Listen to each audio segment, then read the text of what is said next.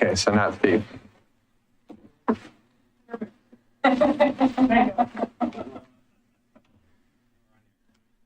All right. Good afternoon, everyone. Welcome to the June 21st. Look at that. Under the line. June 21st, 2021 work session. Our first item this evening is a discussion of Main Street trees and sidewalks, and this will be led by our city engineer, Steve Adams. Well, hello. I'm glad I'm not late. Are my things loaded up on here? Yeah. Oh, they're the attachments to the, just the attachments to the staff report. It's on me.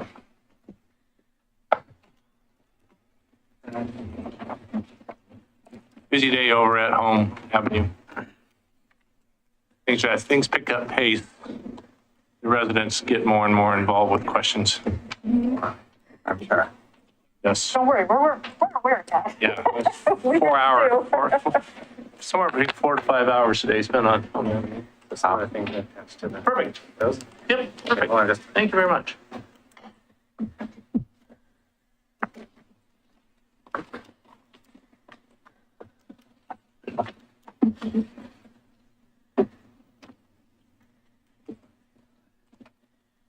there, and then just, Perfect. you might have to scroll with the mouse. Oh, on the right, that's fine, I can do that. No problem. All right, well, thank you. As my staff report mentions, this first came up to my attention a little over 2 years ago when the property owner approached us and had a concern with tripping hazards on the sidewalk out in front.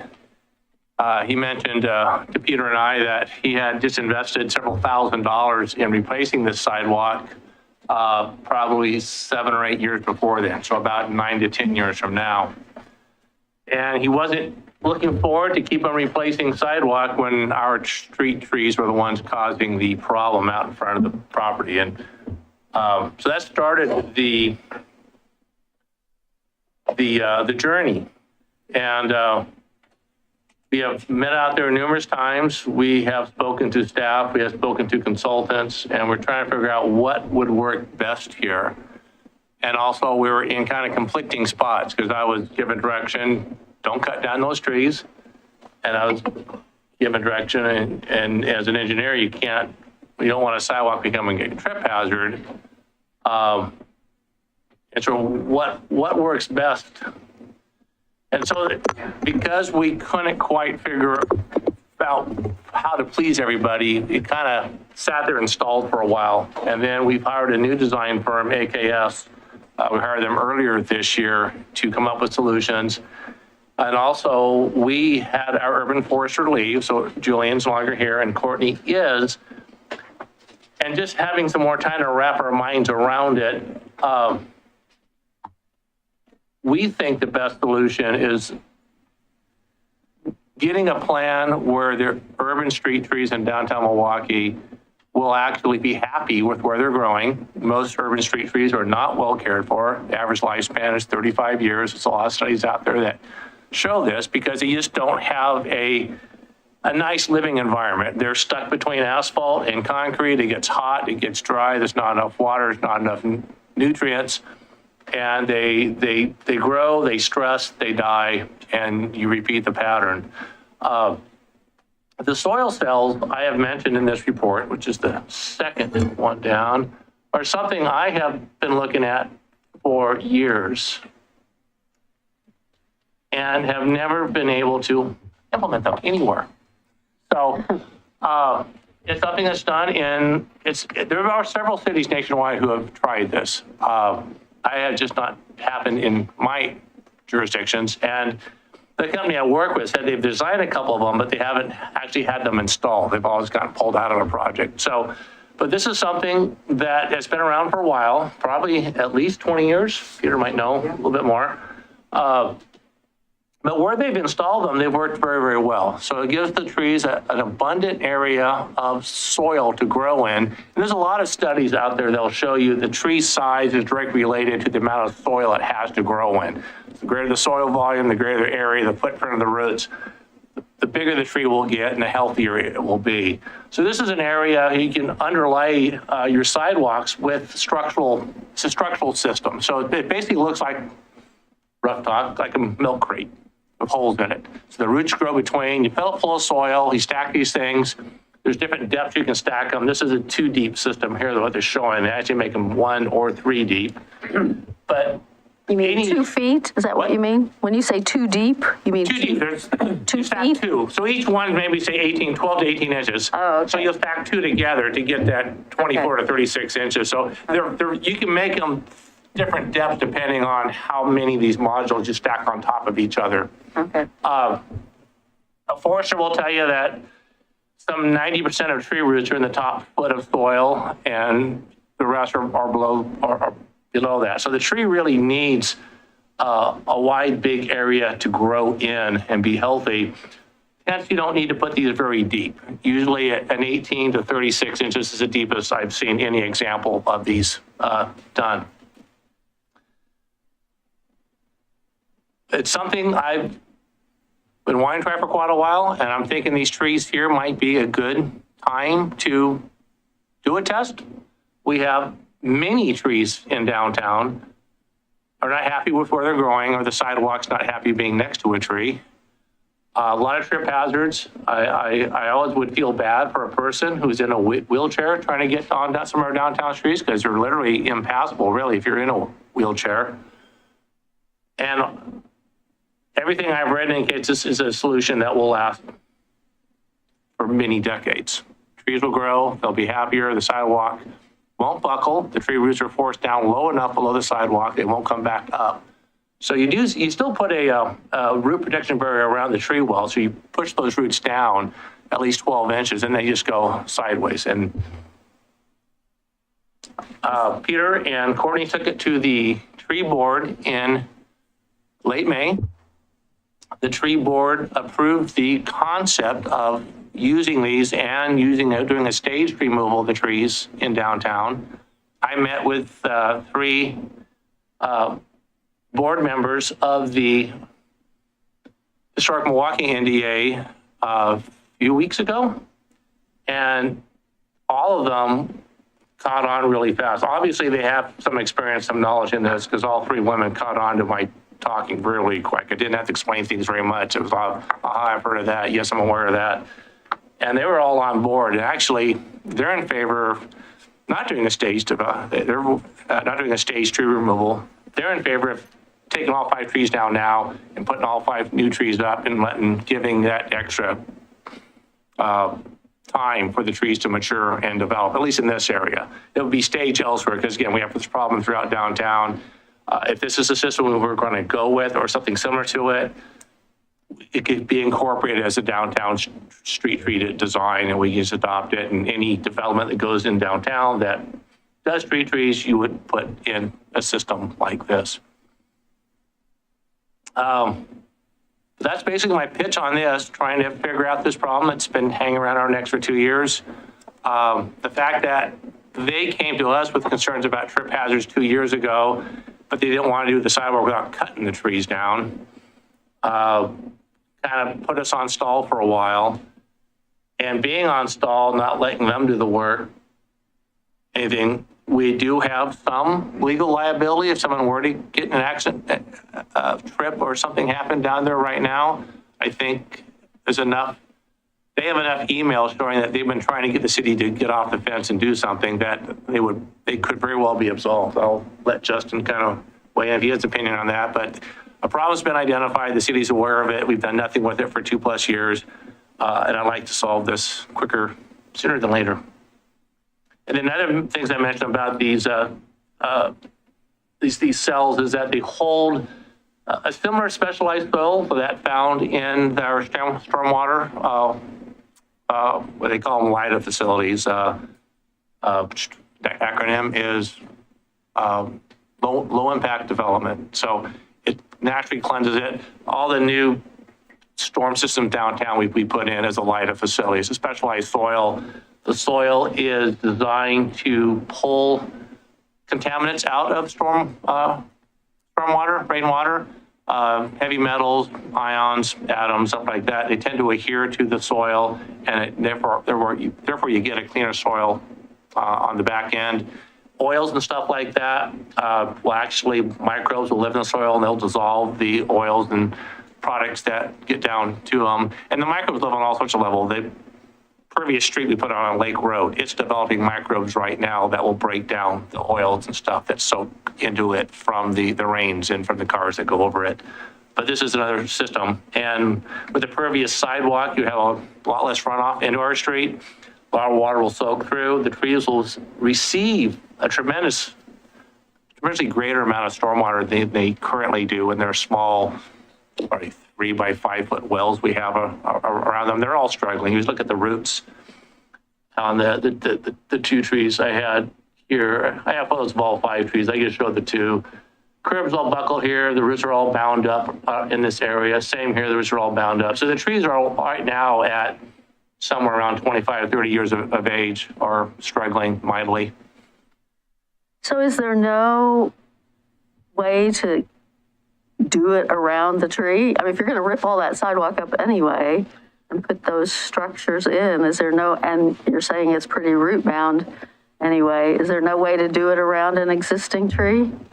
The problem with the trees is that their roots are so shallow. A lot of these are structural roots, and to get it to work, you really need to cut the root down to a foot below sidewalk grade, which means you're going to cut many of their structural roots. So the tree will then become unstable. It won't be any more happy because you just cut off all of its roots, and the trees are too big. And so when you do the soil system, you plant a small tree, let's say 2-inch caliper out there, it'll have time to grow into its trunk. So as the roots grow and spread, the trunk grows bigger. If you go and plant a 4-inch tree out there and it's got a root ball this big, the tree will be stressed because it doesn't have enough roots to support the size of the tree. So it's one of the reasons most foresters will not go for a bigger size tree. It looks better when you first put it in, but in 10 years, you actually have a bigger, healthier tree by going with a medium to 1.5 to 2-inch caliper tree. The tree will grow into its roots and will become a healthier tree in 10 years. Well, and it sounds like these trees are nearing what we would expect to be the end of their lifespan, given the challenging conditions that street trees grow in. And I mean, every time I walk by these particular trees, I kind of wince looking at the way the roots are like boiling out of the soil as if they're trying to get what they need.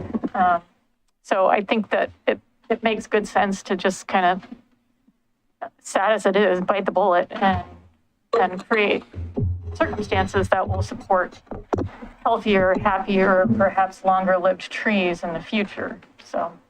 Well, if I could add just a few points here too. So, one of the problems is the tree that was planted there wasn't necessarily the appropriate tree for the location, right? So this type of maple is going to have a shallower root system that impacts sidewalks more than other species might. So it causes those sidewalks to buckle up more. So it's there's with what Steve's proposing, there'll be sufficient space for trees to grow in the future.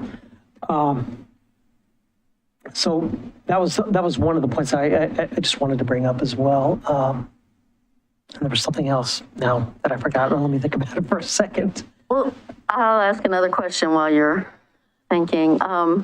It looks like that, cell box is so much larger. Would you still put 5 trees on a block, or would you put fewer? Depends on the species. Typically, I think the standard in our code is tree over 40 feet. These trees are probably a little bit closer than that, Peter. They're at 30 feet. Yeah. But with the right cell, they should all grow. And I'll defer to Courtney as to, if she thinks this is too many trees for a short block. I don't know. That's not come up before from. Well, I mean, is the whole block, I mean, maybe it's fine, but is the whole block going to be cell? Is it all really just going to be one big cell? It could be. Yeah, Could okay. be once you get done. Yeah. You want to get too close to the buildings, you draw a point, and behind this point would not be a cell. You want it out from the building, but it could very well be, it's a series of cells underneath all these trees, yeah, and they could all be interlinked. And one way that the cells will be interlinked is there's going to be a perf pipe on the bottom of them, because that's how you get the excess soil. Downtown Milwaukie, the underlying soils are clay, gravelly soils from floodplain activity, so the water doesn't percolate in them very well. So the water will come through the sidewalk into this special soil, hit the bottom, and then want to go sideways somewhere. So by putting a perf pipe in, connecting these cells together, and then to a storm drain that then goes down to the Willamette, you won't have any soggy soil issues or too damp a soil, the water creeping underneath the buildings, which you don't want. You want the water to be drained and going away. So perf pipe will enable these things to not be overly saturated. So this is way older than 2 years. Pardon me? This is way older than 2 years. Well, 2 years since I first heard about it. I was going to say, this extends back 3 engineers. The very first time this came up, same property owner, I wasn't even the mayor yet. I was on city council. And we sat down with the engineering director, who was Jason at the time,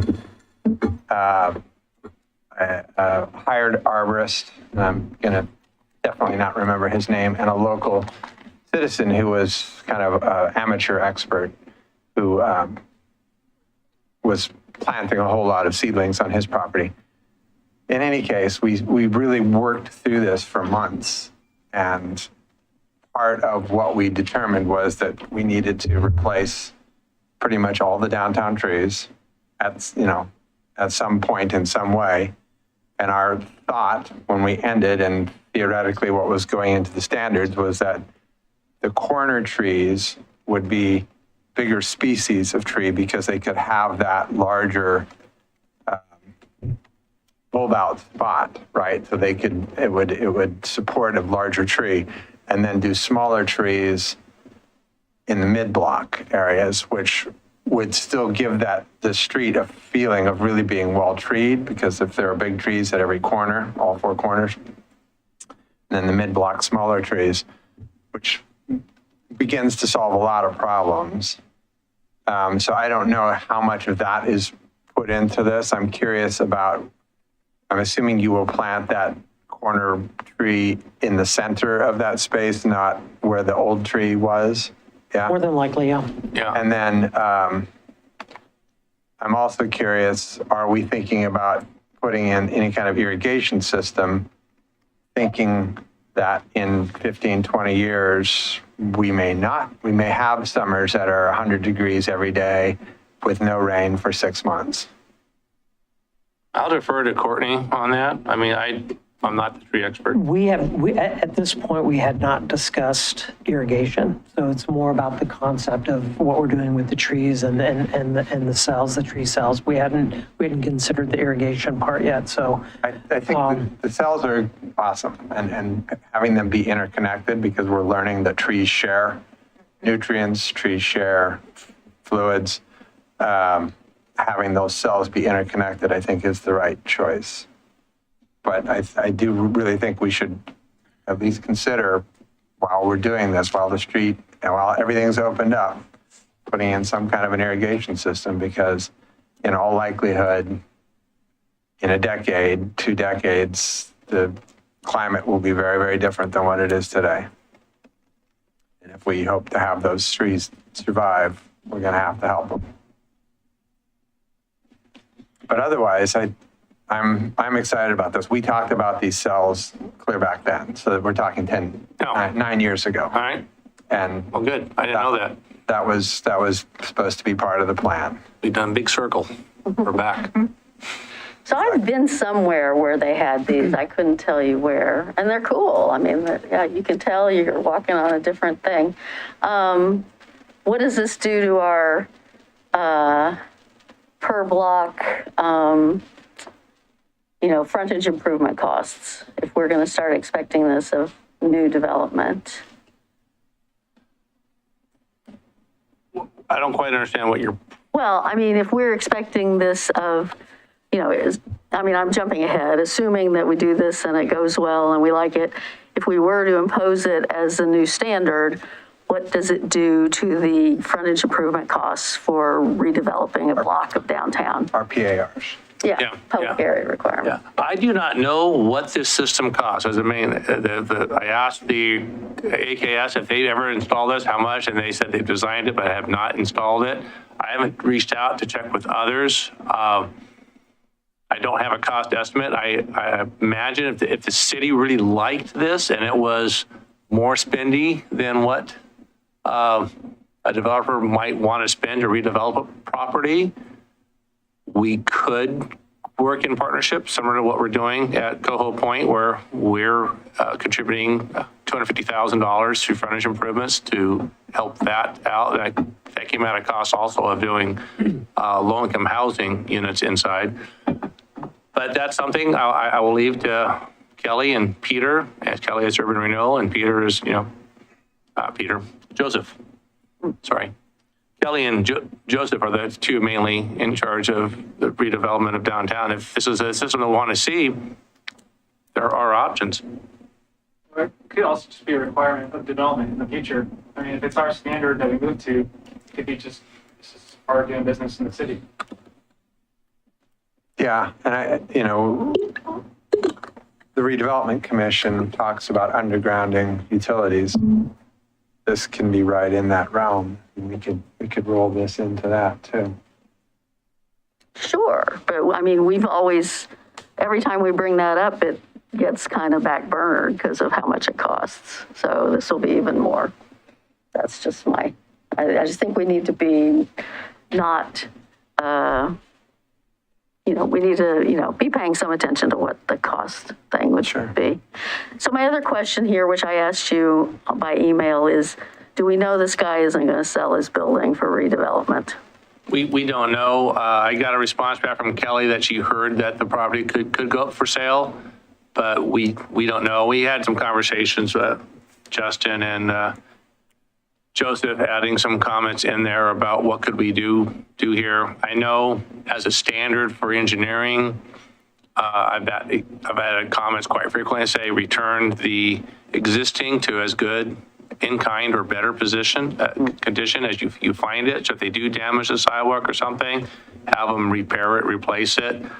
I wouldn't think the Silva cells or the underground cells would be damaged because typically these are in the right of way and those are all built behind there. I mean, there's 0-foot setback, of course, but they're all built outside of our right of way. So, and if we have a gap of a few feet of native soil between our cells and the building, I wouldn't think the impact would be there. It'd be important to keep very heavy loads off of it. I do not know what they support. I can do more research on that, but it's foot traffic. But any sidewalk you put a heavy load on, you're going to break it. Even if it doesn't have. I mean, when they built Axletree, they took over all the sidewalks and all the right of way, and I mean, we weren't trying to preserve any of it, so I guess we were fine with that. But I mean, that was all within their work area and all impacted because it was all going to be rebuilt. Again, if we like this design, we want to incorporate this as the standard downtown urban street design and adopt into our code, then anybody developing would either have to put these in if they don't have them, or they'd have to repair the ones that they've damaged because this is what they have to go with. So if they're already there, they'd have to at least repair them, make them as good as new, or they had to install new ones. So I think we can cover that concern by having this as a downtown standard. Is that, you're only showing half the block? That's the only section that is really bad. Once you go beyond tree number 5, the trees are only about 3 inches diameter. They're not very big. The sidewalk's not buckled. Oh, okay. This is the problem stretch that we were looking at. Now, granted, there are other go across the street next to Key Bank, there's a huge problem. There's a sidewalk that's about 6 inches in the air. But again, so this is something that we could consider looking at for future designs in the downtown. So this may already be clear to everyone else, but I just want to make sure I have it for the team.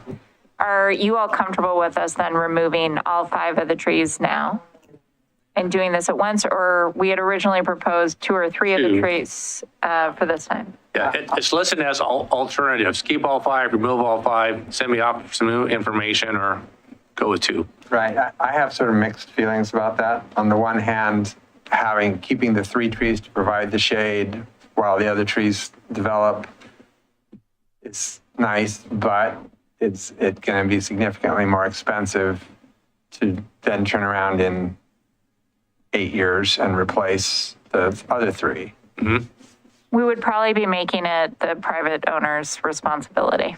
So I agree with you, and I'm Well- not saying it won't be expensive for them, but I do just want to make sure that we have that discussion. So you're talking about only putting the permeable sidewalk and the cells at the 2 trees that you replaced, not. You can only put them around the new trees. You couldn't effectively put them around the existing tree because you'd be cutting all their roots away to Right. install this.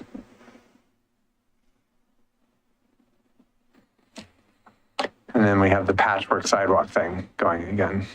Yeah. Was the $300,000 budget that was in the 2023 budget, did you anticipate that being for all 5 trees or for just the 2? No, I did not. I anticipated basically the sidewalk rebuild and adding some storm line.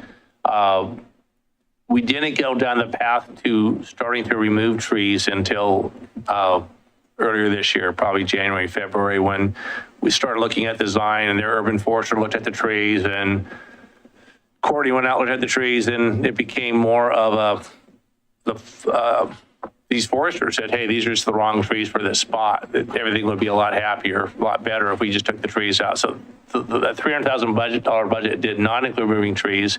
It did not include the cost of silva cells. And so I'm not sure what these things cost, the underground. I call them silva because that's one of the trade names, but they're the generic name. I don't know what these actually cost to install. That would be really valuable information before I feel comfortable giving guidance on which direction to go.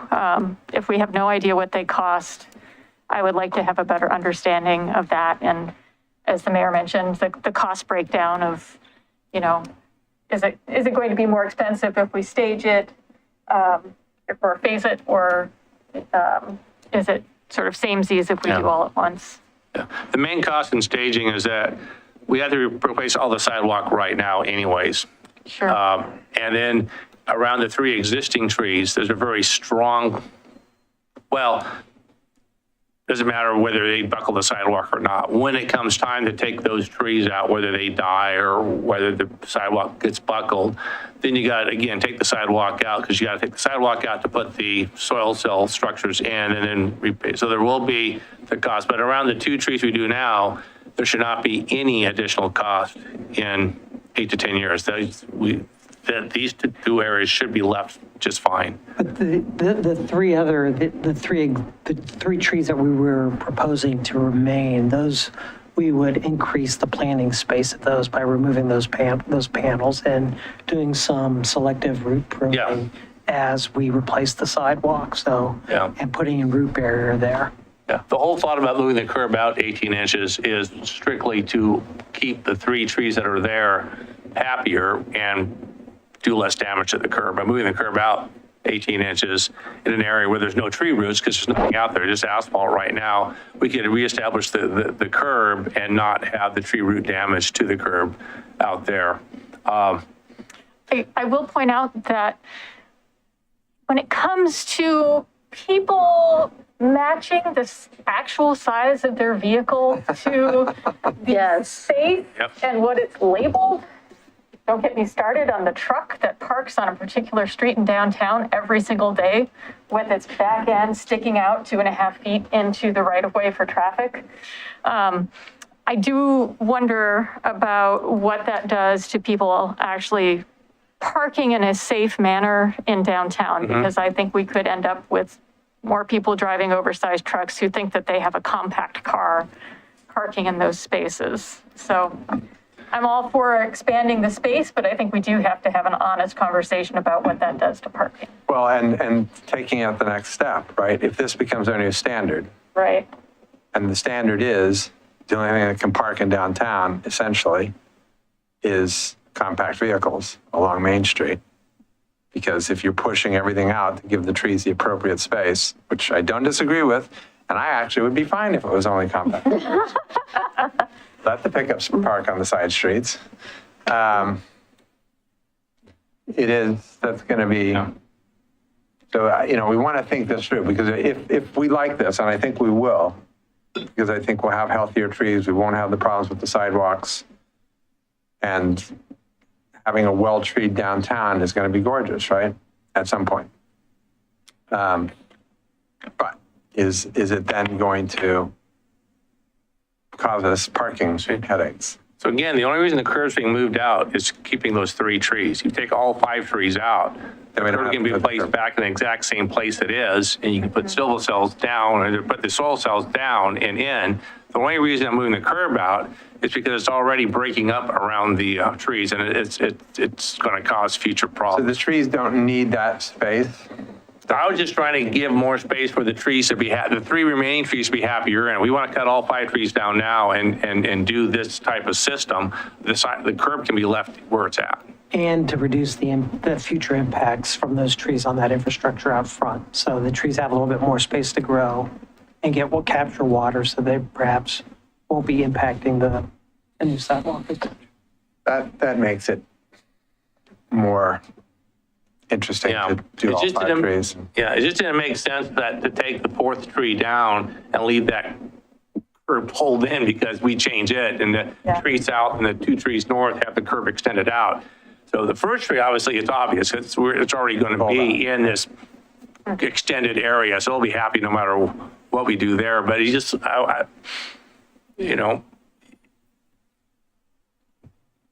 just the direction on if we want to replace all 5 trees, the curb stays in place, and then the king size trucks can keep parking there.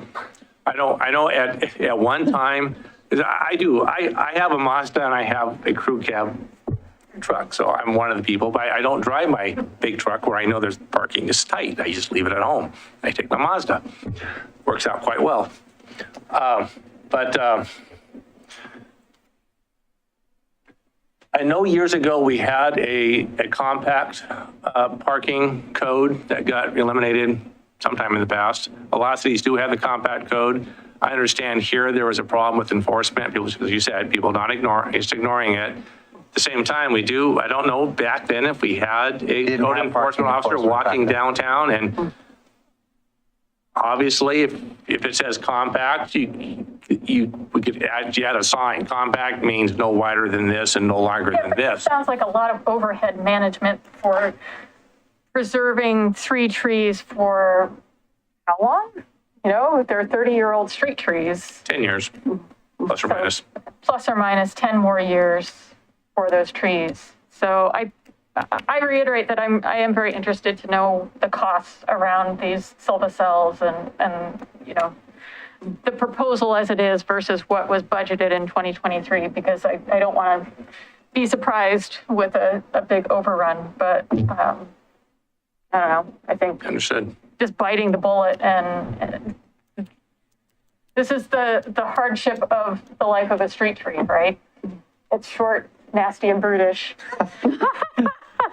And what are we doing by prolonging the life of the street tree by 10 years? Is that worth all of this overhead of thinking about how to restructure this and moving the curb and creating potentially a parking problem where there isn't one currently, yada, yada, yada, if we could just, Well, it's do it all. unfortunate that it's not a place where we'd be thinking about a parklet. Yeah. Then we wouldn't have to worry about how long the parking spaces were if we were having some alternative use in the street there. And maybe that's something to think about. But yeah, it's one of my pet peeves, like Providence had compact parking spaces approved under, and so they have these tiny spaces that are fine for my car, but you get giant vans and SUVs and trucks on either side of you, and you get your doors dinged, you get, So, yeah, nobody enforces those, whether private or public. Yeah. Would it be possible to try to find, because you said that the designers haven't actually installed a system like this, right? They don't have. Not AKS, no. It would probably be good to find a company that has, just to get some idea of like what issues they might have run into, if they ever, what could have caused, something to go over budget, a project like this to go over budget, just so we're a little bit more prepared, because I would hate to learn the lessons on the city's dime, or the people's dime, really. Yeah, I think it's worth learning more about the price. I'm leaning towards going with all 5 trees at this point, just for all of the said reasons. It's depressing, but Yeah. Okay. And I will add that when I was it might have been DC that you saw that, Lisa, because when I Actually, was I was in thinking DC, that. I don't know that I walked over Silva cells, but I definitely walked over the permeable surrounds, and you feel that it's very slightly springy, but it's otherwise very, it's like the playgrounds. and it is a very safe walking surface. It's clearly permeable, so the trees are benefiting. So How cool would downtowns be if all the sidewalks were that? we're all I was gonna bouncy. say, wouldn't it be pretty cool to see? Yeah, so what you're talking about is this item here. This is Yeah. something that they've been approached, Right. we've been approached to, that's FlexiPave, and, Yeah. we're open to installing it downtown. It's that rubberized surface that keeps mulch from being spread across your sidewalk, but still gives you a walking surface. So that's our thing. And isn't it made out of recycled tires or something like that? Am I recalling so, that yes. correctly? Yeah. Some of it's made out of recycled sneakers too, like the Nike track is recycled sneakers. And do you cut it wider as the tree goes? Do you replace it? What do you, Yeah, I mean, you can trim those. you can trim the, You can trim the trunk, or the flare, where the trunk flare is. Yeah. Curious to know how those do on like extremely hot days as a hot surface. Like, does it, the rubber surface? I'm not get sure pretty how hot? hot these surfaces get. Well, the tree's shading that hot surface. Oh, yeah. Well, I mean, in the beginning. Ideally, but Initially, these trees for 10 years are going to be pretty Yeah. small. yeah. I don't know. That's a good question. They're using them on all kinds of playgrounds right now. So if it was a problem, it would have showed up. Yeah, that's true. Looks like the price per square cubic foot is $14 to $18. $14 to $18 14 to per 18. cubic foot. Yep. And it looks like That installed or just materials? that was just, let's see, it says that is just the materials and the Silva cells.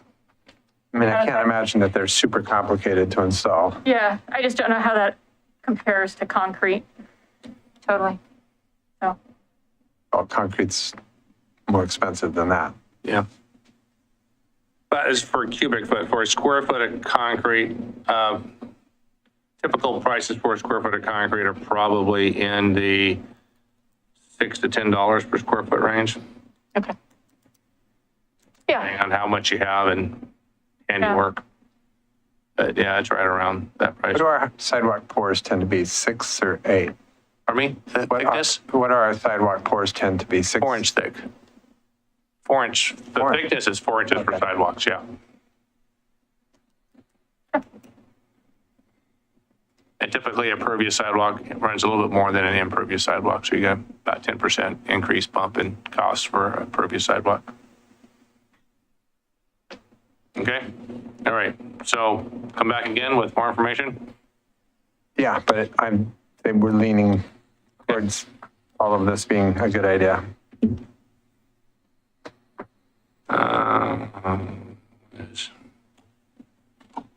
And you're sticking around for the 224 Monroe Street Greenway, right? Yes, All right, so that's our next item, a discussion on the intersection of 224 and the Right there. Monroe Street Oh, Monroe Street, which is I see. our Look greenway. here, look there. I got it. You can close this one out if you want, when it's on through right now. Yep, Monroe.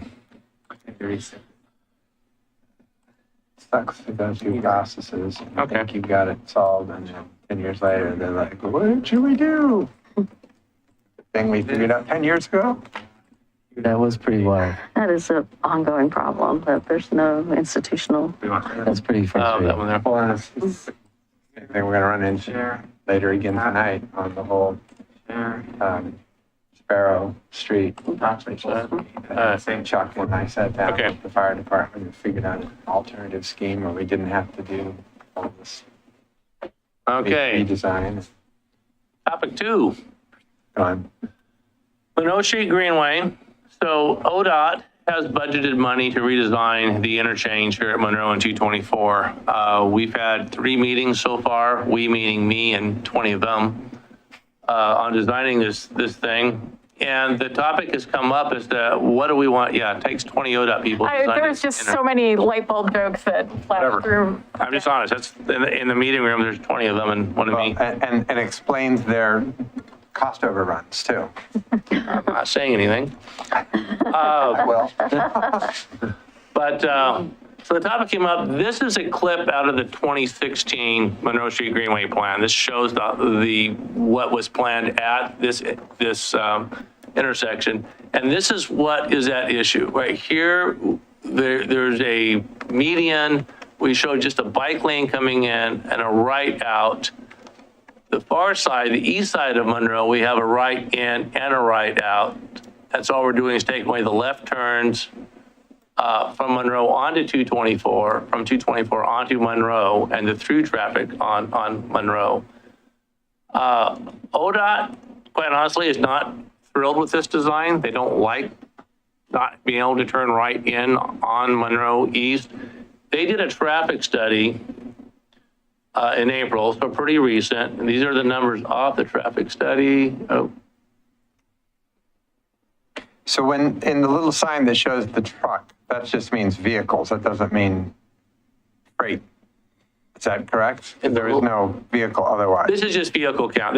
This isn't broken down into trucks versus vehicles. This is just straight Okay. counts. And so what I've highlighted are the movements that we're going to lose already. Those are already going away with the current design. The question is, if we reduce the right ends, this is the only thing we're talking about, roughly 10 vehicles per PM peak hour. This traffic study done in April, we're turning onto Monroe off of 224. Vast majority, almost 1,000, go straight through. And so and ODOT saw this, they said, well, we don't think there's a need to eliminate the right in lane because there's not enough traffic coming in. It is a bike greenway, but granted, 10 vehicles an hour is pretty minimal traffic to deal with, even on a Sharrow street. The fact that this southeast corner of the intersection is currently a closed daycare center, but should it reopen, I assume that parents wanting to pick up their kids would want to turn right onto Monroe and then go into the daycare, then get back on Monroe and go home wherever home is. We did hear that, there was something in the staff report about not knowing what the testimony was. We did hear that testimony when we first Okay. were. Yeah, I have no, I asked around and the staff I talked to, nobody knew how much was discussed in 2015. And the fact that we have a significantly different council right now, I wanted to make sure that if we went with ODOT's suggestion and leave this right in, so it becomes a Sharrow with cars, is council okay with that?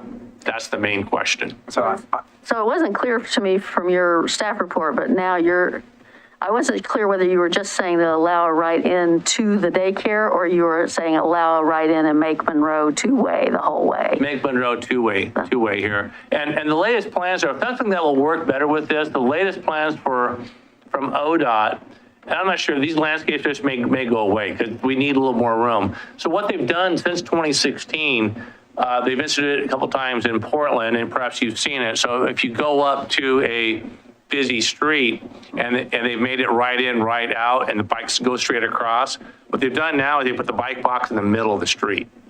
So people turning onto the street or to the left of the cyclist, people turning right out of the side street onto the main street or to the right of the cyclist, the cyclist can go straight across when there's traffic or where the light goes in their favor. By having the bike box in the middle of the street, you eliminate the danger of a right turn hook.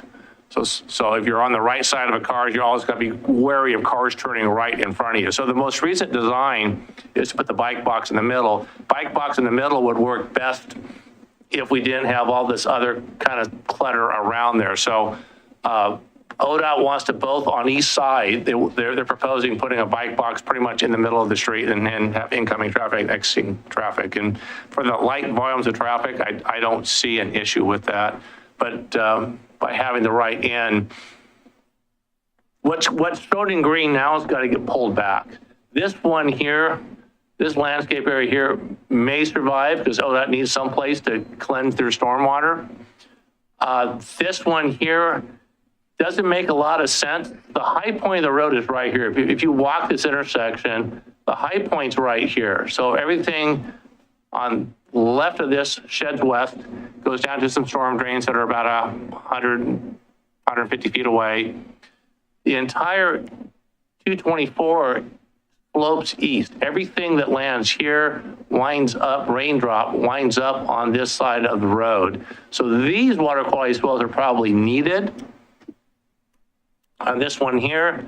But this one, to make room for the bikes and make room for the right turn, we might have to slide this one back 50 to 80 feet and actually install it back in this area. But this is just recent. I met out there in the field with them last week, and there were 6 ODOT people, and we discussed how is this going to look going forward.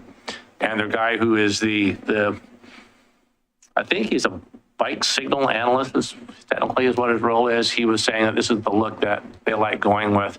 With the bike boxes being in the middle, and cyclists will like this, there'll actually be a thermal detection device that will trigger the bike signal to turn on. You don't have to push a button, you don't have to do anything. You cycle up, it reads you're there, and it'll activate the signal sequence. It's what they're proposing right now. It's nothing. I think there's one of those along Powell or somewhere. Yeah. Powell on 28th. Powell 28. Powell 28th was the example that they gave. So if you look online at Powell 28th, you'll see what they're proposing here. Yeah. So how much did you all talk about pedestrian traffic and pedestrian safety in that 224 crossing? Because I bike and walk both across 224, semi-regularly. And I actually am more afraid of cars that are turning right and don't look for pedestrians. Yeah. When you're crossing 224. So the idea of adding back in another right turn across a pedestrian crossing, I'm less excited about, I gotta say. When the lights are green, what ODOT's going with, and they've done this along McLaughlin, they call it a leading pedestrian interval. So the pedestrian light comes on a couple seconds before the green light does. Sure. Yeah. So it allows the pedestrian to step out to the street a few feet, and then the cars get the green light to go. It's been very successful in a lot of cities, and it's currently what they do on McLaughlin. And they will fully do the same thing here. One thing they're talking about doing is disconnecting the signal from the PEDs. So if a pedestrian does not push this button, the leading interval does not come on. But if the light sees a cyclist here, the cyclists get the light to go, but there's not going to be a delay. The light will be the green for the cyclist, the green for the cars at the same time. If the pedestrian pushes the button and a cyclist is there, they're talking about having the cars delayed so the bikes can go, cars are delayed, pedestrians can go, and then at 2 or 3 seconds after the pedestrian hits green, they can go. So they are hopefully addressing that. Currently, not too many pedestrians come through.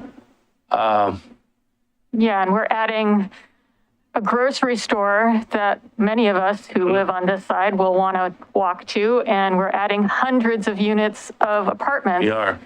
with residents that will also want to get to said grocery store and surrounding amenities. So To downtown from the or to Monroe downtown, apartments. yeah. So Yeah. Right sorry, now, I'm really worried about that. yeah, there's a dearth of pedestrians and cyclists right now. Sure, It's just no one goes. It's a desert. yeah, and we all know that that's not representative of what our near-term future is going to Yeah, look or where we like. want to go. Yeah, I agree. Yeah. Did they count, they only counted Monroe, they didn't count Harrison? Because I mean, I No. think part of our goal is to move people from Harrison to Monroe, Yeah. right? Yeah, this was strictly a count done just for their project. All they did was count this one. Well, actually, I take that back. I think they did count all three, but they just shared the results of this one with me, because this is the one that impacts this decision. But I believe, if I recall, they sent me data from Oak, Monroe, and Harrison. I'd be curious, I mean, because I do think, you know, we are hoping people move from Harrison to Monroe to cross, and so we ought to be counting all those numbers, you know, when we talk about this. So really, the daycare is a red herring. I mean, I hear you saying they just want to have a ride-in, and there's no, I didn't realize the daycare was closed, but that probably explains why. I think it closed in COVID. I'm not saying they want to ride in. I think we want to ride in there, because if you're a parent and you can't turn right on Monroe, it means you're going to turn right on Harrison, you're going to turn left down 29th, left on Monroe. So now we have cut-through traffic going on a residential street on 29th.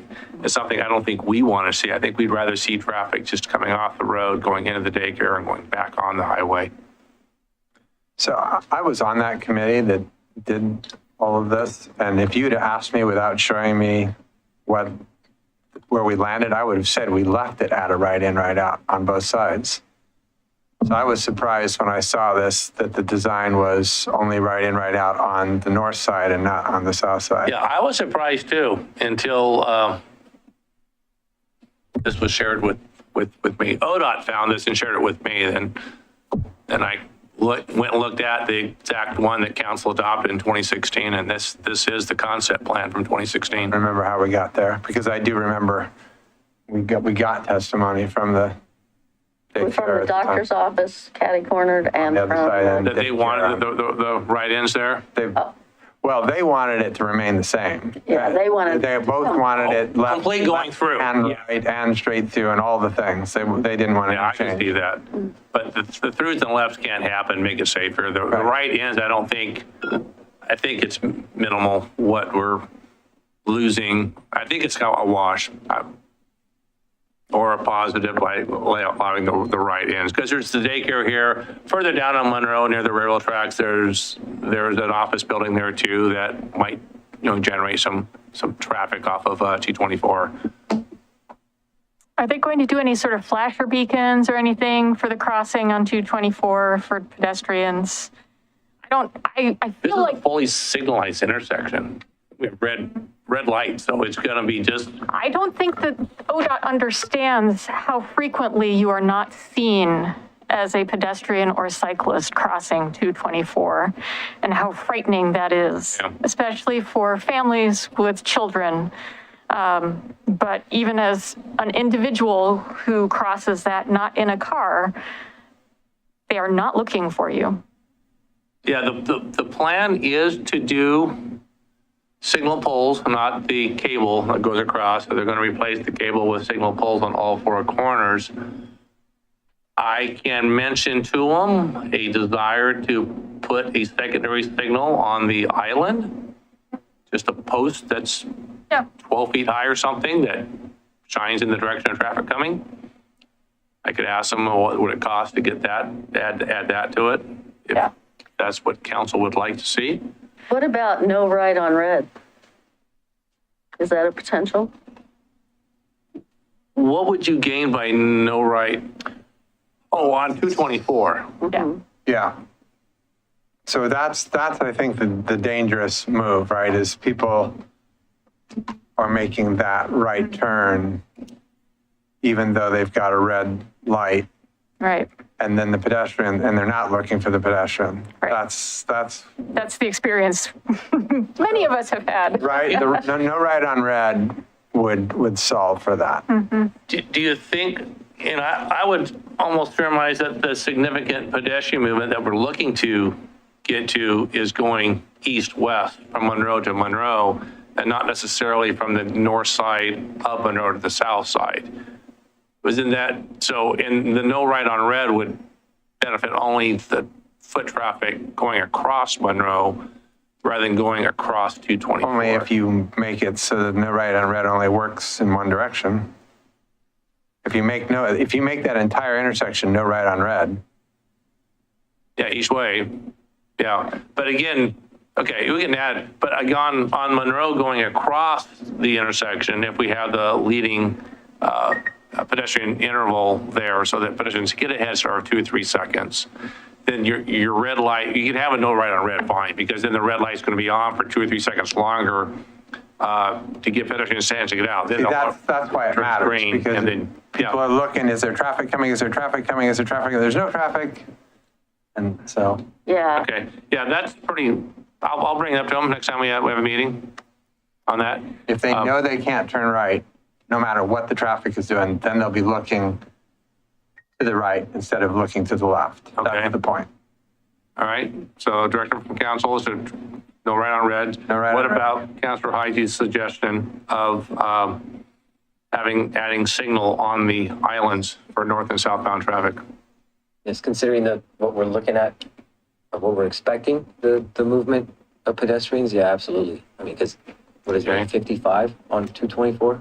And people are going 60, 65? Right, but if they're stopped by the red light, they're stopped by the red light. And if they can't turn right, then they're stopped. Yeah, In this stretch, I don't think, Yeah. I think it's. I think the no right on red solves the problem that you were looking to solve. Yeah, I think it's probably going to cause traffic flow heartburn for ODOT, just as they're mapping out peak travel through that intersection. That's just my guess. I don't know. I don't have my glasses on, so I can't see if Kelly's twitching in the corner or not. No? Okay.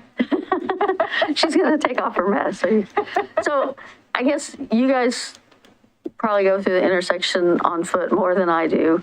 My perception is that we care more about no right on red onto 224 than we care about no right on red off of 224.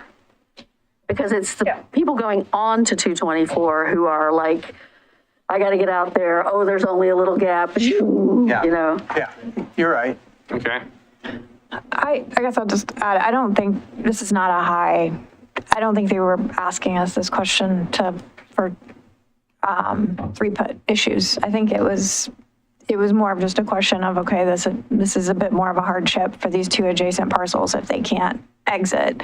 Do you really want it this way? And Steve saw the same issue, like, actually, why do we have it this way? And is there a real safety benefit to preventing this movement, given that they've reconfigured the design of where bike boxes sit? So I don't actually think there's a nefarious plot to get more cars through on this one. It's more just confirming, do you want to leave it the way it is in the concept plan, or does it make sense to revisit the turning movement? And do we think it can be safely done? If so, we should probably allow the turning movement because it does make life slightly easier for these adjacent parcels.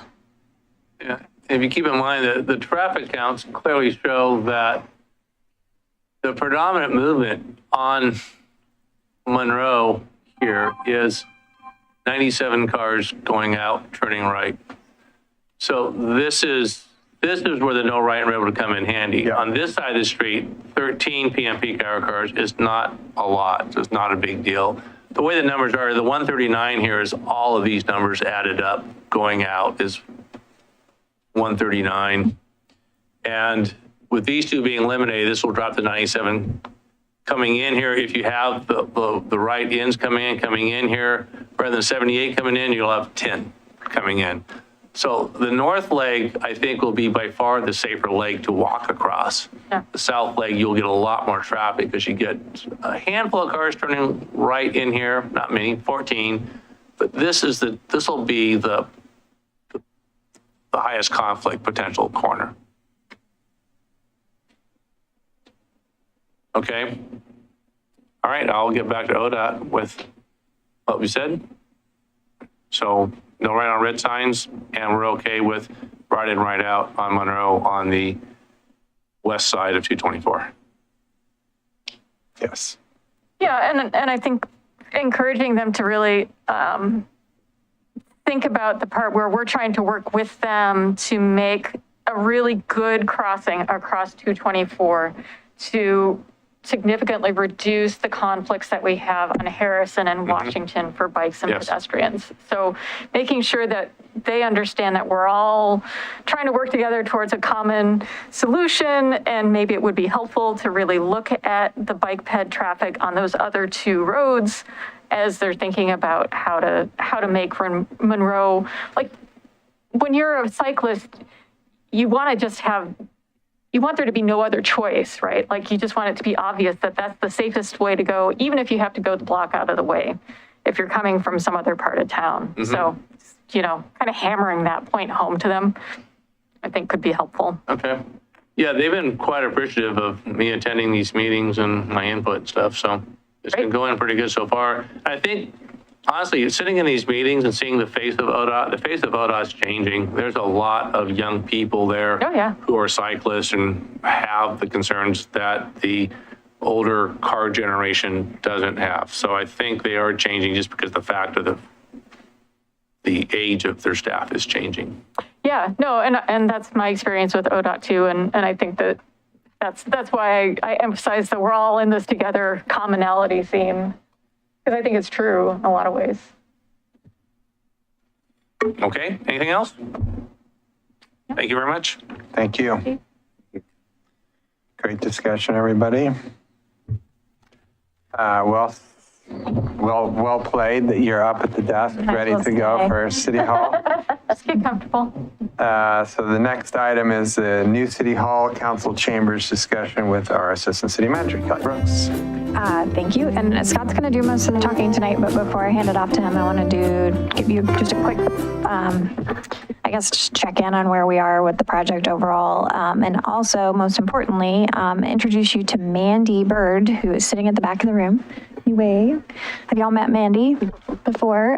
She is our development project manager over at Johnson Creek, works for Joseph, and Joseph has been awesome in allowing her to work on this project with me. So Mandy and I talk a lot, and the way we currently have the project structured is we do have a charter that we've all signed, as we do with capital projects, kind of outlining our goals, and we have a project steering team, which is sort of like the directors, so Anne and Joseph, and we actually have Jennifer Garbely on it as well, and Peter. We kind of make these high-level decisions, and then we also have a project management team, which is meeting day to day to review different elements. Mandy's running the show with the project management team. Underneath that, we have these stakeholder groups. So the stakeholder groups are digging into the larger design issues that we really have to face. And you all are a stakeholder group. You're the primary stakeholder of council chambers. So we've sent a survey to all of our staff. We have met with all of the managers and directors, and now we have a couple different options that Scott's going to walk with you tonight on how we could lay out the council chambers. And you just want to see what you think, show you how kind of things are situated, and see what your views and thoughts are about how that's going. And with that, is there anything else, Scott, you want me to touch on before we? Okay. I think so. I will tell you the other place we're not going to show you right at this minute is the other half of the third floor. So the front counter, as you can imagine, combining the front counters of City Hall and Johnson Creek and all of the different staff and all of the different operational issues is something we're still working through. We've got some options, but we're not going to get into that side of the building tonight. We really are going to look at council chambers, the offices that would be in use by the mayor and council, and an executive session area, stuff like that. So with that, do you want to go? Yeah, great. All right. Well, just as a reminder for everybody, as Kelly mentioned, we're talking about the south end of the third floor of our new City Hall building. There was a rendering that I think we may have presented to council from 2019 that sort of laid out the general idea where chambers would be on that south end. And this is a recent update from that. So we're just going to dive in and option, like at the optometrist, option A, option B, option A, option B, and there's no wrong answers. And I've just seen this as of this morning. I think most of staff was just absorbing this. So opinions are still being formed on the pros and cons of these. So I have an option A side, option 2 side, 1 and 2. And then at the end, I have a side by side. So I figured we might end there. But so option 1, and remember, like Kelly said, this is the 3rd floor south side. Can you see my mouse? Oh, there, yeah, okay, you can. So this is the lobby here, and you'll be coming up. This is the staircase, you'd come out over here, and this is the elevator, you'd come out here. And as you can see, there's a little conference room up over here that's pre-existing, but at this option 1, it stays as is. And then you'd come in the door, this would be all public space. You'd come in the main doors here, and this would be chambers. So you'd come in sort of mid-room, and the seating here, as it suggests, 99 seats on the east side here. It's about double our current capacity, so we're already winning. And then for court needs, we've been asked to prepare to have 2 desks, testimony tables here, so you'll see a configuration similar to what we have now. We also have the podium that we've acquired that'll come down the street with us. That could factor into this situation moving forward. And I'm noticing that my camera just went to sleep. I'm wondering if I lost internet here. If you're on Zoom and you can't hear me right now, I'm sorry. I've been losing internet, but we're going to keep going because I know we're still on YouTube. So then there'll be the dais here, and this is not exactly necessarily how the dais is going to be getting messages that we can still hear you. Good. Okay. Hi, Zoom people. You can still hear us. Watch on TV. This is where the dais would be on this end. It would be a walled area here. For audiovisual purposes, you notice we usually close the blinds behind council. It's important for the image behind the speakers not be so loud color-wise that it drowns out the faces, and that's why we close the blinds during the day. So it's good to have a solid wall there. It's also some audio reasons there. You don't want to have too much feedback, things like that. So there'd be an emergency door. So here's the dais. We haven't had that discussion about whether it's this dais, a new dais, this dais with a different look. That hasn't happened yet, but this would be the end of the dais. This would be an emergency exit here that would empty into a secured hallway that would be badge access only back here, where you see there are 3 offices labeled. This will be configured a little bit different in option 2, so keep a remembrance of this and think about preference. In the past, historically, you may recall, there was a mayor, council, judge office, 1 singular room that's all together. This option 1 configuration shows 3 separate offices. As we continue in the discussion with placing people, that may change independently of how this end of the building is configured, but this is how this one's laid out. Anyway, if you're on the dais in a meeting, in an emergency, you could exit out here and make your way down the hall to the stairs. Back up here, I forgot to mention, one of the proposals or requests for this room is that it be able to be divided so that we could use it for different purposes during a business day. Court, it would be nice to have this area where the seating is to queue the court attendees, and then have the judge and the court clerk and then the person and before the court at the moment over here. That just gives some flexibility. It does add cost to the project, so we're weighing that right now, but that's what that is. And then on the south end here, it's labeled jury room, and when we've had conversations with our court clerk, aspirational, we want to be able to have a building that perhaps one day, no timeline, it's really aspirational out there. If we were to become a court that needs a jury, we want to be having the infrastructure to handle that. So that's why this room down here is called jury room. But I think a better term for the applicability and the immediate use would be more like a council executive session conference room.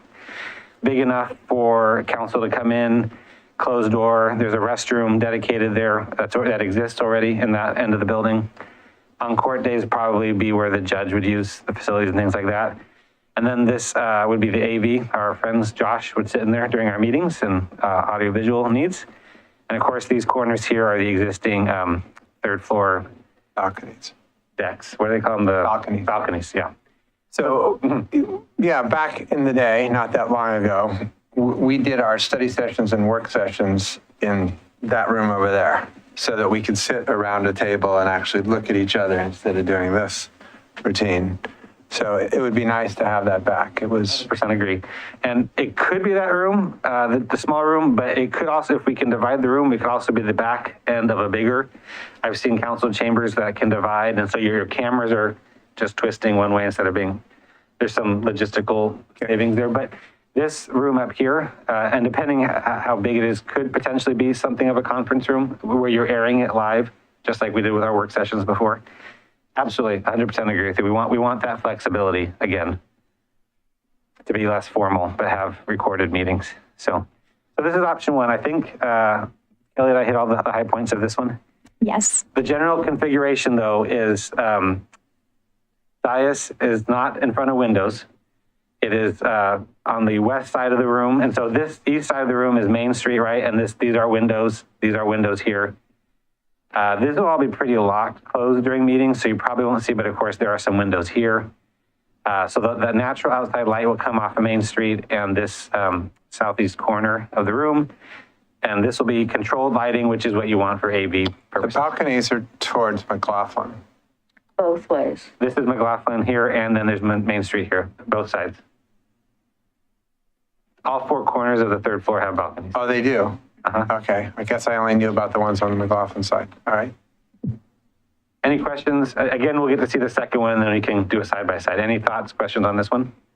So show us where the elevator is. Elevator is this X right here. Wait, oh, okay. And you That come is out the door elevator. here, and then here's the lobby, and the front desk and whatever configuration it lands on is up this way. And then this square here is the staircase, and the door is like right here. So that's all existing as it is today. That conference room that's in the upper right-hand corner, how big is that? How many people can sit at that table? I should know that. It looks like probably a big. 12 to 14 person conference room table. In this drawing, I don't know if it's exactly the scale, but Okay. that seems to be what I remember when I've seen it in person. Oh, I know what's happening.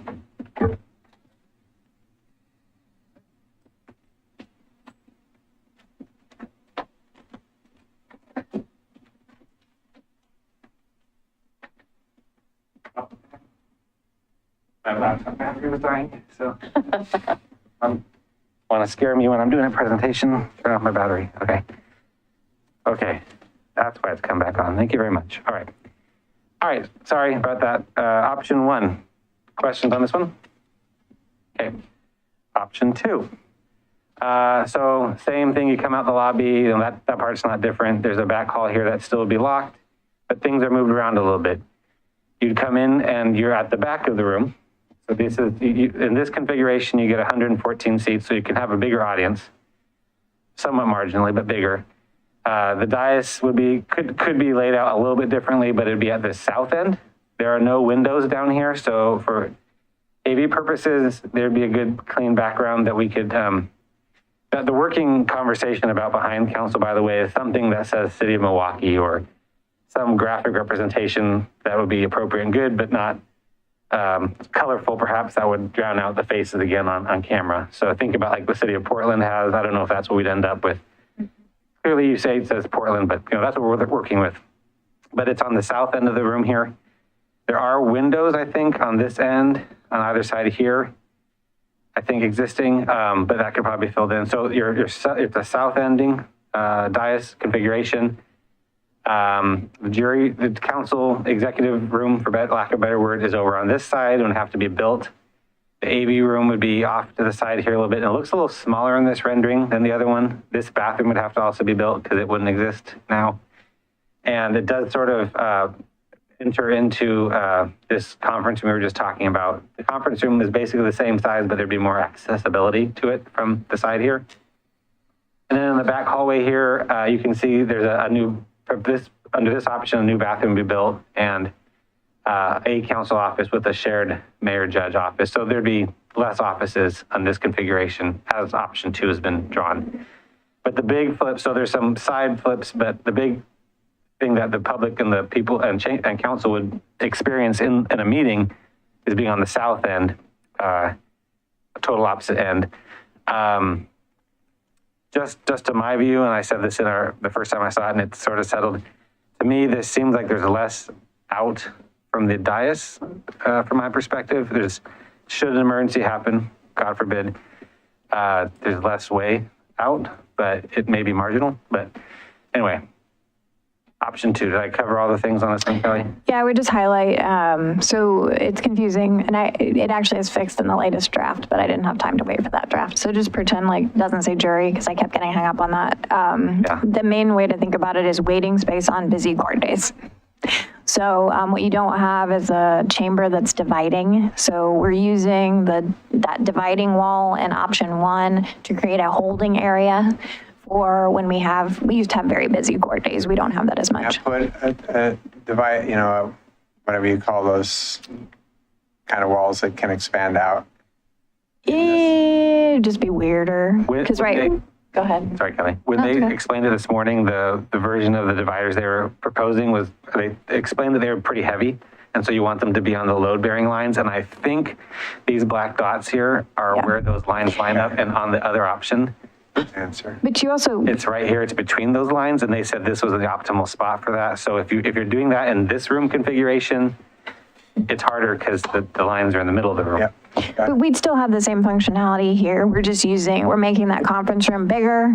And now that larger conference room at the top end of the screen is our holding area. And you've created a pathway for people to get in and out. So you're getting the same function. You're just doing it a different way. And we are just trying to keep it because we're going to have the consolidated front counter just on the other side of this. We need that space to be, to function no matter how many people are coming in for court, right? If you want to come in and talk to the building official or planning or engineering, we just need a place for you to be able to wait if you're just waiting to come in and see the judge. So I think that's the only thing I wanted to highlight. But I'm just curious to hear from you all in terms of just general orientation, what you like and what you don't like between the two.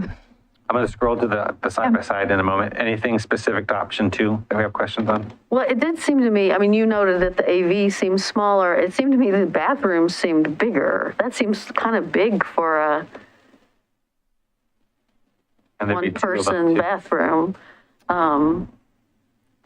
Anyway, and I guess, are those bathrooms public bathrooms? Or are those bathrooms in areas that the public will be behind a door and the public won't have access? The one on the right is definitely Yeah, my public. readings here are both mainly private. Okay. Option 2, anything before I scroll to the last person? Okay. Oops, there you go. So here they are side by side. And So again, the biggest difference is the the west side office configurations are a little different, and that's not exactly final, but we are open to what council has thoughts about office spaces in terms of council, the mayor, and the judge. And then the big twist is where the executive conference room is, if you will, and then what the angling of the dais.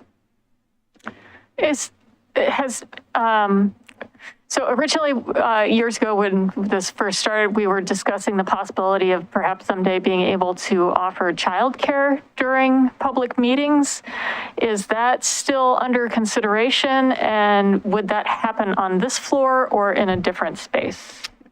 Right now, yes, still have it on the list of things to sort out. The way that that's in the scope right now is like a sink and kind of changing area downstairs in the community room. Whatever we do to that would be where we'd be planning. Like if you wanted to have childcare, you'd do it down there.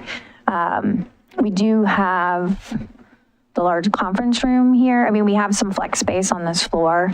So, and I am trying to figure out how I have like caregiver space / gender neutral bathroom facilities so that we just have options that if you needed it to be on this floor. But I would really, the main place that I've been thinking of it is like, okay, at that ground floor community room, could that be where if you needed to provide childcare at a meeting, would that room work for you? And by putting a sink in it. So that's where it sits right now. I think having folks come in at the back of the meeting room instead of kind of in the side of it is in a weird way more welcoming. If you come in the middle of a meeting and you walk into the room and to get to your seat, you literally have to walk in front of everyone. It's weirder. It's like this. And I can remember when I first moved here and first started coming to council meetings, if I walked in and council meeting was going, this was pretty full, I felt really weird about coming in. I wanted to leave. But if it had been able to walk in the back and hit the first little back row, much more welcoming. I like option 1, if I have difficulty walking, it's less walking, right? Especially if I'm going to come in to testify, as opposed to option 2, you have to come in the back and then walk. I mean, you have to walk all the way up. But I get what you're saying. Yeah, it is easier to walk in, but I think about folks who have difficulty walking or been into that one. I don't have super strong feelings either way. I do note the security, in an emergency. If we have to go this way from the dais, and the threat is inevitably going to be coming from there, that is less safe for the people behind the dais versus what we've got now, which is with a bulletproof dais that you can duck under. And I hate that we're having this conversation, by the way. Yep. It's unfortunate, but definitely something to think about. There was that concept too that someone mentioned in terms of safety, in terms of people coming in the back when most of the room is not going to be facing the door. Whereas if it comes in the side, at least you got a side eye on what's coming. Again, horrible to have to think about where you are when something comes in. But council or people at the dais would see what's coming in, but most of the heads would be facing.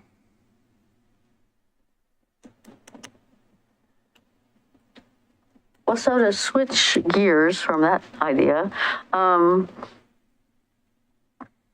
you mentioned the ground floor public space. I guess I didn't realize we had that. So can you describe what that is?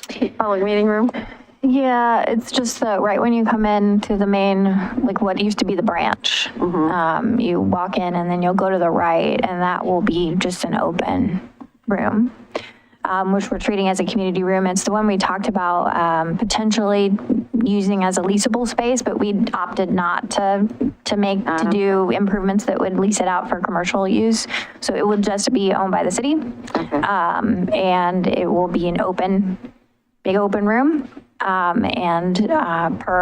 the guidance that I got from you all as well, I am trying to incorporate enough elements into it that it could function as a childcare space if you needed to have a meeting in City Hall that also needed childcare, that you could do it in that room because you'd have changing tables, sink, a fridge.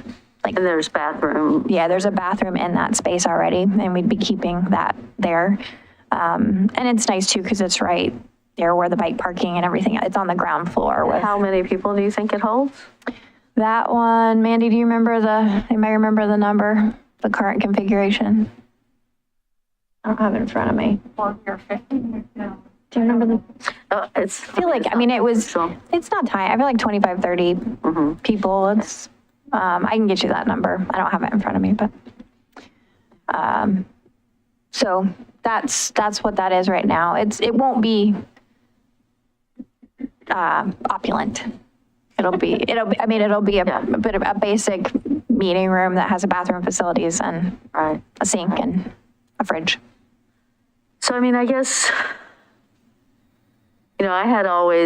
we've always had a need for a bigger meeting room downtown, and we have the one at the library, but when we value engineered the library, we took away the ability to use it after hours, right? So it has to be used. And now the library closes earlier. And so its usefulness is diminished from what it was originally envisioned as. And so then I thought, okay, well, here we'll have this.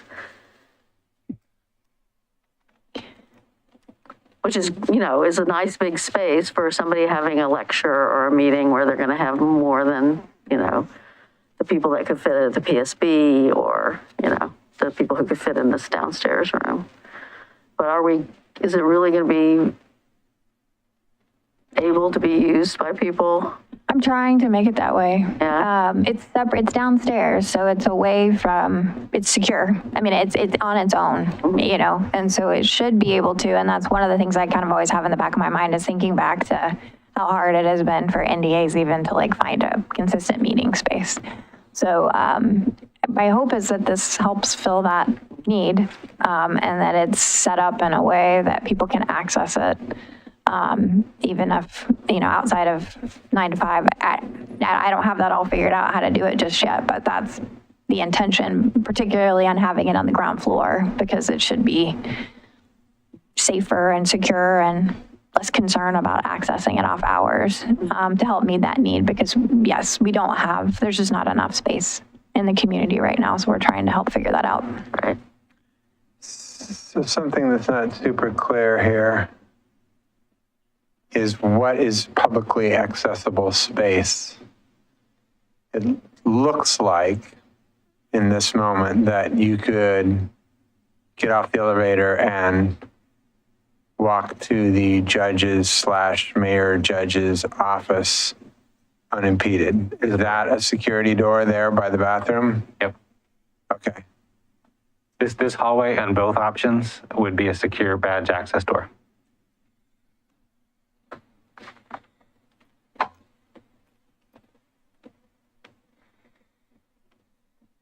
So maybe to Councilor Beatty's point, we were talking about the ground floor, but the third floor, public accessibility would, after hours, like on a council meeting day, after 5 o'clock, the north side of this lobby would be locked down, but the public would be able to access this lobby here, is restrooms, and then this building. These could all be locked down, this could be locked down here. So it'd be this big space, no matter which way we do it, and then the lobby would be publicly accessible. Okay, great. And of course, these we could close too. I assume we'd be able to lock further. So when it comes to the actual room configuration, I'm kind of agnostic.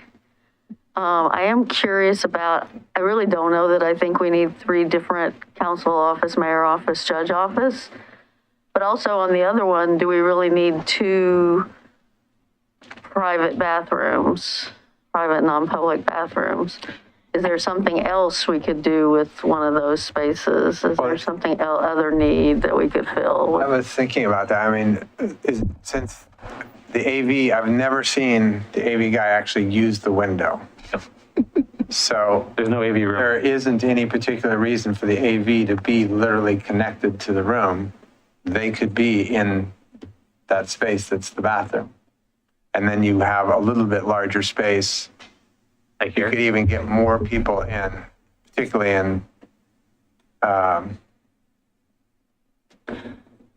in the number 2 version. Well, they may not use Another- that window, but Scott goes and cues them all the time. And so putting them in that bathroom seems a long way from where Scott's somebody at the diocese. There's one thing I should tell you, because it's part of why, unfortunately, I mean, I'm doing it for a reason, but you're getting a piece of the picture right now, but the bathroom issue is something I'm asking them to try to help me solve, is how to get gender neutral bathrooms on the 3rd floor. And what you're not seeing is in option 1, I have rebuilt the bathrooms to make them gender neutral.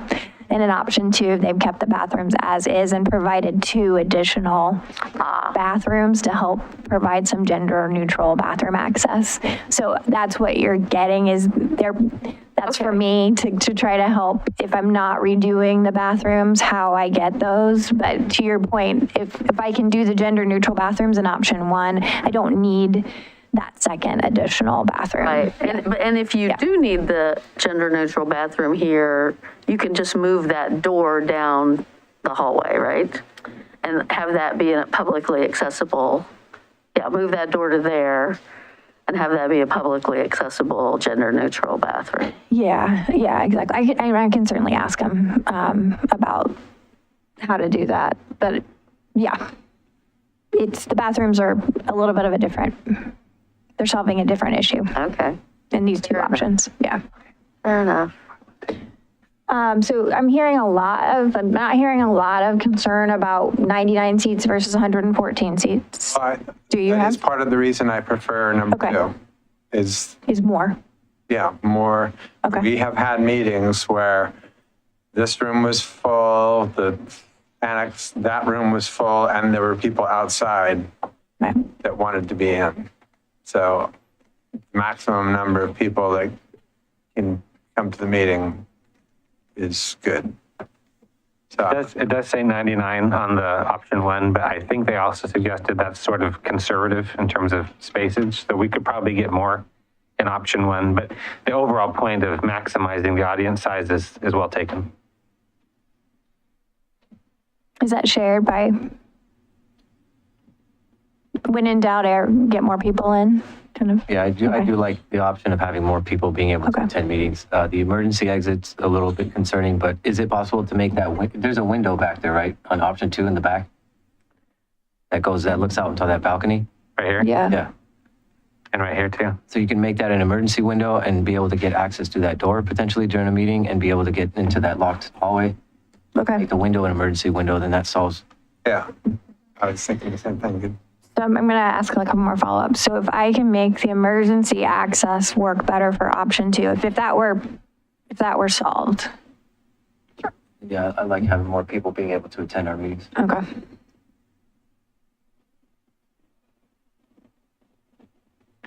Pressure's on, people. Come to our meetings.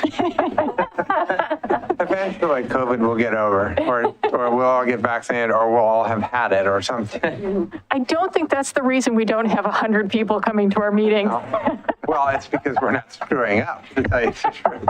And I would, Start screwing up. They'll show up. I guess I would also just say, if for some reason I could figure out how to get more people in option 1. Yeah, I mean, I do like Fine. Okay. I like room dividers, I'll be honest. Just, I think that you end up with flexibility that you didn't realize you needed once you have it. But I don't have strong feelings about either of these, provided we can address the safety issue. I think they're both great options, and honestly, it's really exciting to think about having so much more space and so much more flexibility and what we can offer both to the public and what we all can use both as council and as staff. So this is really cool. The room dividers are the only thing I like about Plan A or Plan 1, whatever. Okay. So, And then Councilor Nicodemus, to your point, it's a goal. We have a long way to go to hit the goal, but accessible, inclusive design and how we make sure that anyone who's coming, particularly in a mobility device or, needs assistance, doesn't have to, it can get, it's something I agree. We would need to make sure that we can ensure that that is workable in either option. So maximizing the audience size, dividing if possible, but a slight preference from council perhaps for the southern and seated dais, and no real feelings about number of offices, one dedicated for mayor council that maybe is shared with judge, or the shared thing with the judge was fine back when I had an office. It was because she was here, 2 days, somewhere between 2 and 4 days a month, depending. And it worked out. I mean, I just didn't schedule meetings on Wednesdays. It's not a big deal. So I think sharing it is fine.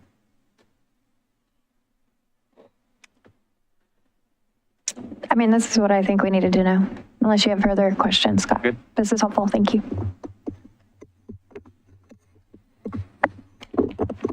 We do not have an executive. Cool. Oh, we don't? Oh, okay. All righty. Then with that, we are adjourned with the whole 24 minutes to try and eat something. All right. See you back. Darn. And it's nice out